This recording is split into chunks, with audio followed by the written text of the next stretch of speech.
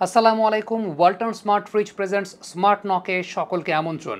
Lockie ফার্গুসনের ball খেলা কেন এত কঠিন? Definitely because of his raw pace.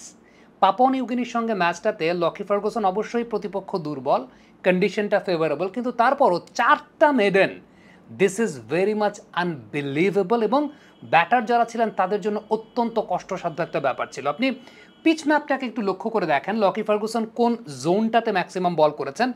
8টা বল করেছেন হার্ড লেন্থে, 8টা বল করেছেন ফুল লেন্থে, অর্থাৎ এই জায়গাটায় কন্ডিশনটার সুবিধা নেওয়ার জন্য বলটাকে তিনি এক্সট্রা বিট অফ এয়ার টাইমও যেমন দিয়েছেন, ঠিক তেমনিভাবে পিচে হিট করে সেই জায়গা থেকে অফ দ্য পিচ মুভমেন্টটাও আদায় করতে পেরেছেন। যেই বোলারের দুই ধরনের বৈশিষ্ট্যটাই রয়েছে, উইথ র পেস, সেই বোলারটা এরকম আনপ্লেয়েবল হবেন, সেটা খুবই স্বাভাবিক। একটা বিষয় লক্ষ্য করে দেখেন, প্রথমে যখন তিনি বাঁহাতি ব্যাটারকে প্রথম ওভারটা করছিলেন, তিনি ওভার দ্য উইকেট যাচ্ছিলেন এবং বল অ্যাওয়ে সুইং করে বেরিয়ে যাচ্ছিল, বড় বড় সুইং পাচ্ছিল। ঠিক তার ইমিডিয়েট পরের ওভারটা যখন তিনি আবার বাঁহাতি ব্যাটারকে বোলিং করেছেন, তখন অ্যারাউন্ড দ্য উইকেট এসে ভেতরের দিকে বল ঢুকাচ্ছিলেন, ব্যাটারকে নানাভাবে ডিসিভড করার চেষ্টা করেছেন। এখন প্রসঙ্গের জায়গাটা আসে যে লকি ফার্গুসনের বল খেলাটা কেন এত কঠিন, বা তিনি কেন এত পেস জেনারেট করতে পারেন। প্রথমত, কেন এত কঠিন সেই ব্যাপারে একটু আলোচনা করি। লকি ফার্গুসনের রান আপটা খেয়াল করে দেখেন, তার রান আপটা কিন্তু অনেক বেশি মাত্রায় অ্যাঙ্গুলার রান আপ, অর্থাৎ অনেক অ্যাঙ্গেল ক্রিয়েট করে তিনি রান আপে দৌড়ে আসেন। স্বাভাবিকভাবে ব্যাটারদের বেসিক যে বিষয়টা শেখানো হয়, যে সমস্ত বোলার অ্যাঙ্গেল ক্রিয়েট করে বোলিং করতে আসেন, তারা আপনাকে ইনকামিং বলই করবে। So batter always stump cover করে ইনকামিং বলের জন্য প্রস্তুত থাকে। ইন বিটুইন যদি কখনো আউটগোয়িং বল হয়ে যায়, তখন সেটা আউটসাইড এজ ক্যারি করার একটা অত্যন্ত বড় সম্ভাবনা তৈরি হয়।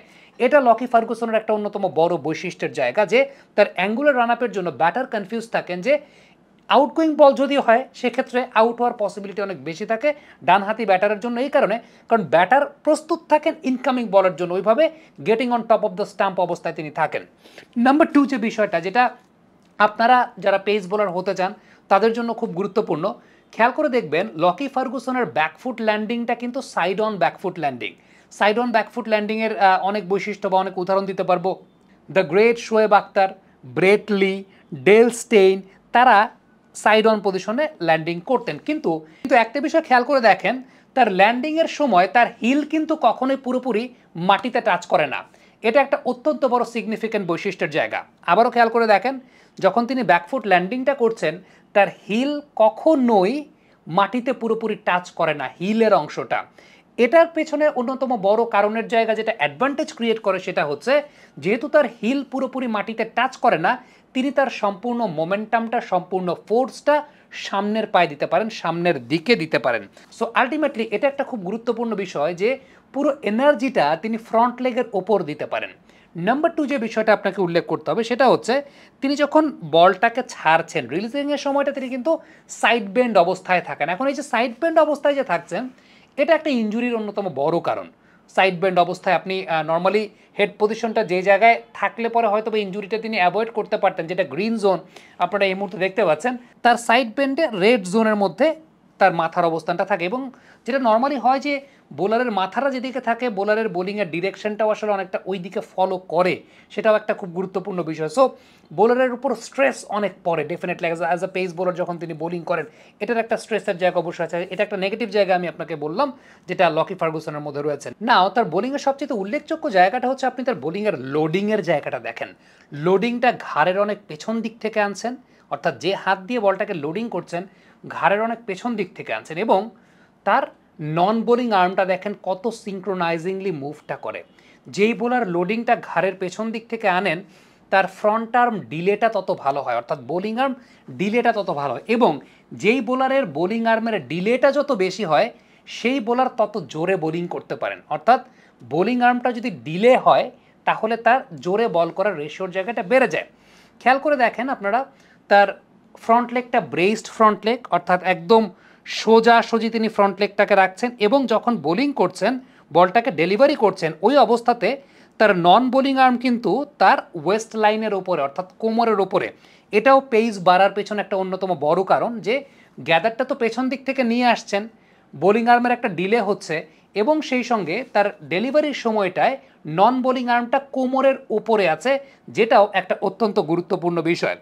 এবং তিনি যখন বলটাকে ছেড়ে দিচ্ছেন, খেয়াল করে দেখেন বলটাকে ছেড়ে দেওয়ার পরেও তার ফ্রন্ট লেগ কিন্তু ব্লকড অবস্থায় থাকে। যেটা বলছিলাম, যেহেতু তার ব্যাক লেগটা বেন্ডিং অবস্থায় পুরোপুরি মাটিতে টাচ করে না, ফ্রন্ট লেগের উপর তিনি এনার্জিটা খুব ভালো মতো দিতে পারেন এবং ফ্রন্ট লেগটা যেহেতু ব্লক থাকে বোলিং শেষ করা পরেও এই অ্যালাইনমেন্টটা খুব সুন্দরভাবে লকি ফার্গুসন মেনটেন করেন এবং মাথার অবস্থানটা খেয়াল করে দেখেন, হ্যাঁ সাইড ওয়াইজ সরে যায় কিন্তু মাথার অবস্থানটা স্ট্রেইট থাকে ব্যাটারের দিকে, চোখের অবস্থানটা ব্যাটারের দিকে। সো তার মোমেন্টামটা তিনি সামনের দিকে জেনারেট করতে পারেন, যেটা একটা খুব গুরুত্বপূর্ণ বিষয়।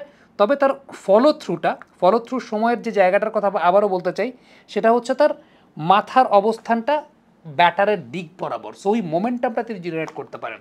অনেকগুলো বিষয় রয়েছে যার মধ্যে আমি যদি সামারি করে দিই, একজন পেস বোলারের গতি বাড়ানোর জন্য ডেফিনেটলি তার ব্যাকফুট ল্যান্ডিংটা খুব গুরুত্বপূর্ণ, ব্যাকফুট ল্যান্ডিং থেকে ফ্রন্ট ফুটের শিফটিংটা খুব গুরুত্বপূর্ণ, লোডিংটা খুব গুরুত্বপূর্ণ। আপনার লোডিংটা যখন আপনি পেছন দিক থেকে নিয়ে আসছেন, দ্যাট মিনস আপনার ফ্রন্ট আর্মের ডিলেটা হচ্ছে এবং এই ফ্রন্ট আর্মটা যখন ডিলেটা আপনি করতে পারবেন, দ্যাট মিনস আপনি জোরের সঙ্গে বল করতে পারবেন। এটা একটা খুব গুরুত্বপূর্ণ জায়গা যে আপনার ফ্রন্ট আর্মটা যত ডিলে হবে তত আপনি জোরের সঙ্গে বোলিংটা করতে পারবেন এবং এক্ষেত্রে আপনার লোডিংটা খুব ইম্পর্টেন্ট, যেটা লকি ফার্গুসনের কাছ থেকে আপনি চাইলে শিখতে পারেন। এবং ডেফিনেটলি তার নন বোলিং আর্মের ব্যবহার, এটাও খুব গুরুত্বপূর্ণ একটা ব্যাপার যে নন বোলিং আর্মটা ডেলিভারির সময়টায় যদি কোমরের ওপরে থাকে, নিচে না পড়ে যায়, এটাও কিন্তু দেখার একটা অত্যন্ত গুরুত্বপূর্ণ বিষয়। সো অনেকগুলো ফ্যাক্টর আছে, এই ফ্যাক্টরটা খুব গুরুত্বপূর্ণ পেস বোলারদের ক্ষেত্রে। যারা পেস বোলার দেখেন আমাদের অনফিল্ডার ভিডিও, তারা অবশ্যই এই ব্যাপারটা নিয়ে চিন্তা করবেন, নিজেদেরকে শানিত পরিচালিত করার চেষ্টা করবেন। এবং একটা বিষয় খেয়াল রাখবেন, প্রত্যেক বোলারের